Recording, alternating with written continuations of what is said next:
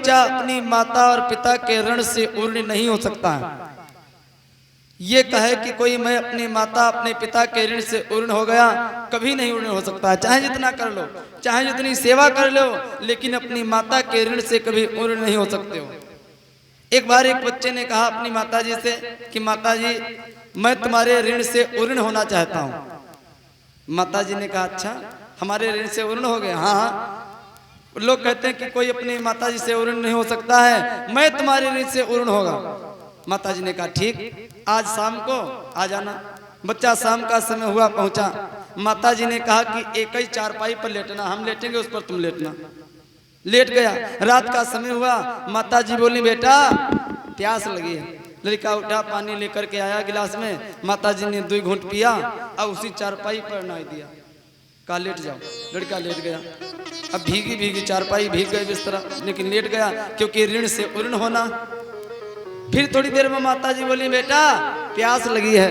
लड़का फिर गया, फिर पानी लाया, फिर थोड़ा पिया, फिर चारपाई पर 4-6 बार ऐसे किया। लड़का सोच रहा कि अब मान जाए, अब मान जाए। 4-6 बार जब हो गया, लड़के को क्रोध आ गया, उठ करके बैठ गया। क्या नाटक बना रहे हो? प्यास लगी नहीं, पानी मंगाती हो, बिस्तरे पर डाल देती हो। जैसे इतना कहा माता जी हंसने लगी बेटा अब तुम एक दिन जब गीले में नहीं सो पाए, हमसे पूछो कितने दिन गीले में हम सोई।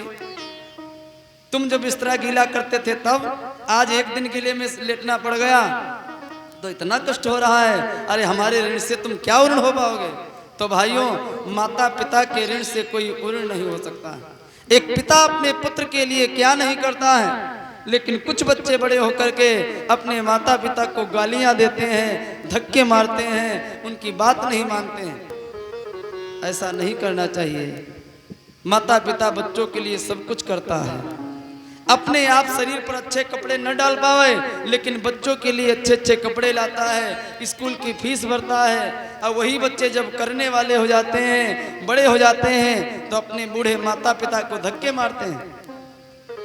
ऐसा जीवन में नहीं करना चाहिए। बोले गोविंद भगवान की जय हो। आज श्रवण को जब मालूम हुआ कि हमारे माता पिता अंधी और अंधे, तो श्रवण ने एक कांवर बनाई है। एक तरफ माता जी को बिठलाया, एक तरफ पिताजी को, और लेकर के चल पड़ा 4 धामों की यात्रा पर।